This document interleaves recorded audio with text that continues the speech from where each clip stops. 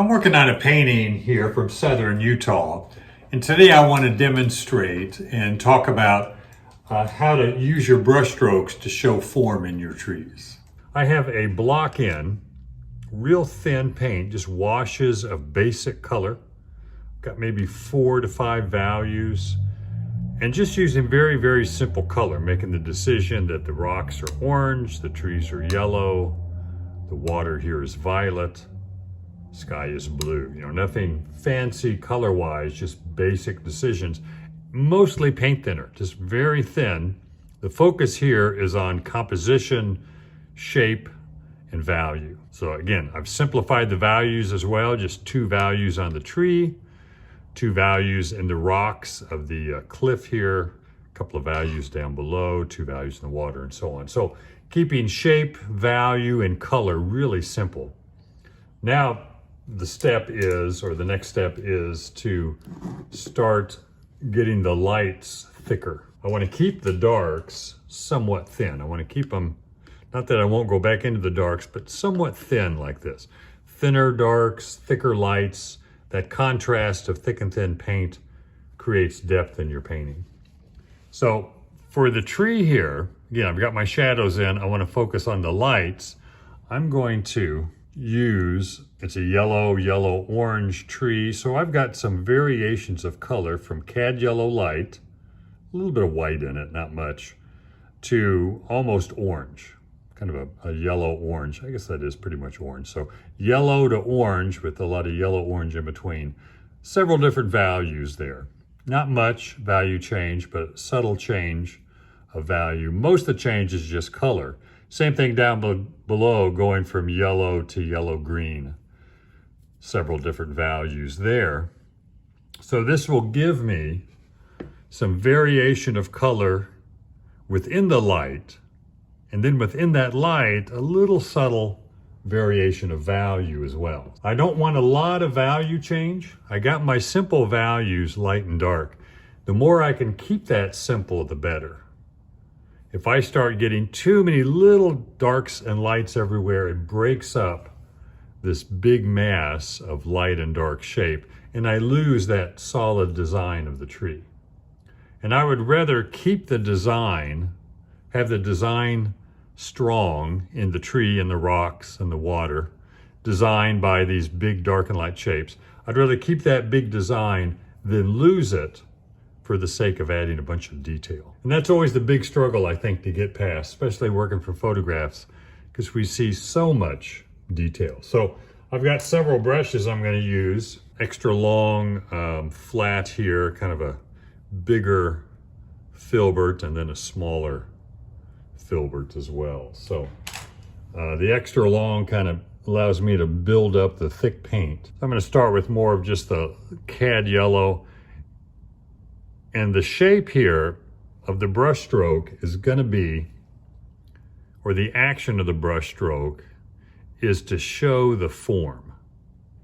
So I'm doing more I'm kind of following the form of the tree rather than just all up and down or all sideways, horizontal, or even just a variety of different. I'm trying to follow the shape more. Now I have seen some good paintings where all the strokes are vertical. It has a different look to it, and there's a reason why artists would want to do that. Here I'm going from kind of a lighter yellow to a little more of a yellow-orange. Direct, so a subtle color change and subtle value, but it's all pretty much in the light. Pop a little more yellow down here. And again, following the form, and I'm going to try and leave the shadow alone as much as possible. A little deeper orange. And I haven't modified these, they're pretty strong. And I can leave them pretty strong because it's sunlight, but also I'm letting some of the toned, real thin wash show through. And that gives me a combination of muted and strong color. Now I'm gonna clean off brush and go a bit more towards the yellow-green over in here. Now the photograph doesn't show much variation in color in these trees, but this was at Capitol Reef, and there was a lot of subtle color change within these trees. I mean, they were all yellow, yellow-orange, but within that yellow and yellow-orange was, again, a subtle change of color. A little bit of value change, but you want to emphasize more the big, simple, dark and light, and then just vary the color slightly. So cleaning the brush before I change the color, or change the brush, whatever works best. I'm going to follow the form here. These branches are kind of sticking out.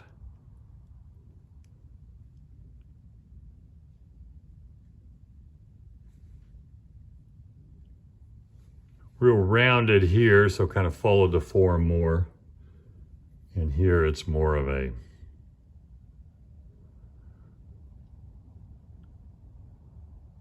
smaller branches just standing out. There's not a real rounded form there to follow. Same thing down here. I might go a bit more of the deeper orange here.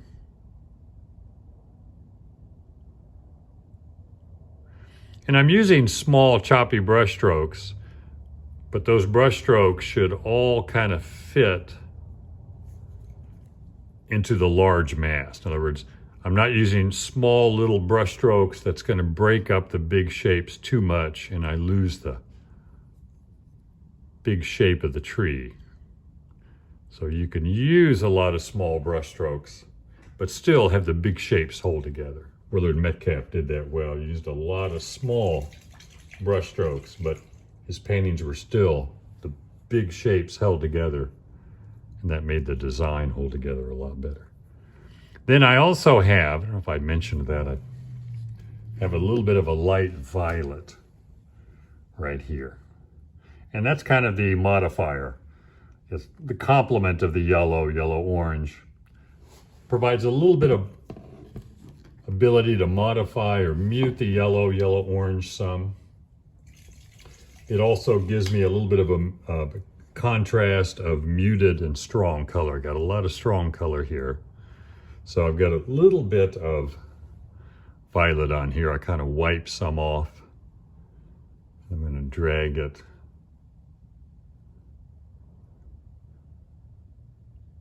in here a little bit.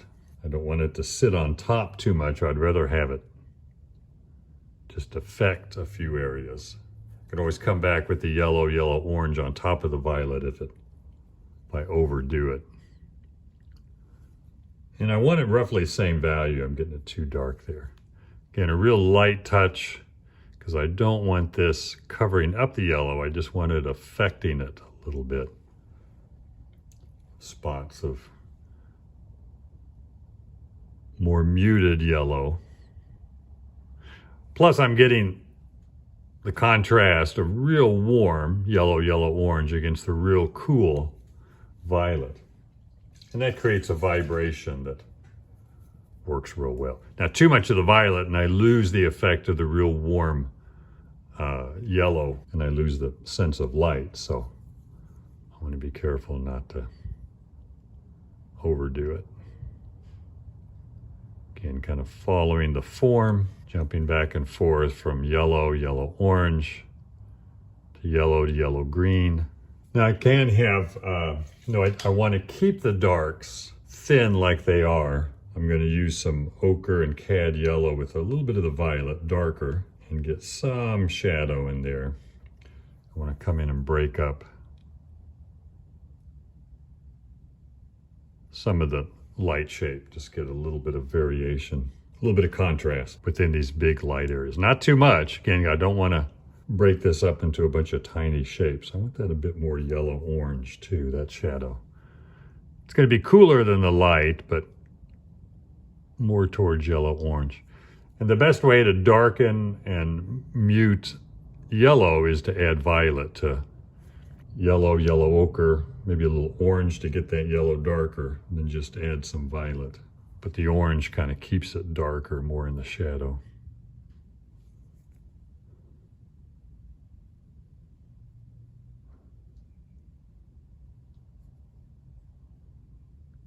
And I'm trying to suggest all the clutter in the tree without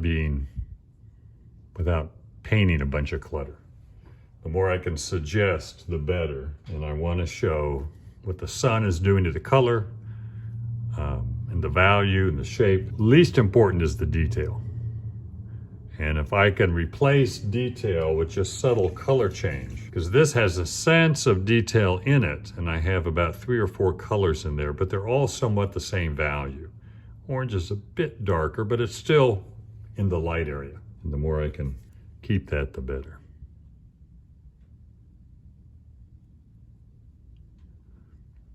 Eventually kind of soften a few edges, but in softening the edges, I don't want to lose the separation of the dark and light. I can push and pull the paint a little bit in the longer brush. Helps do that.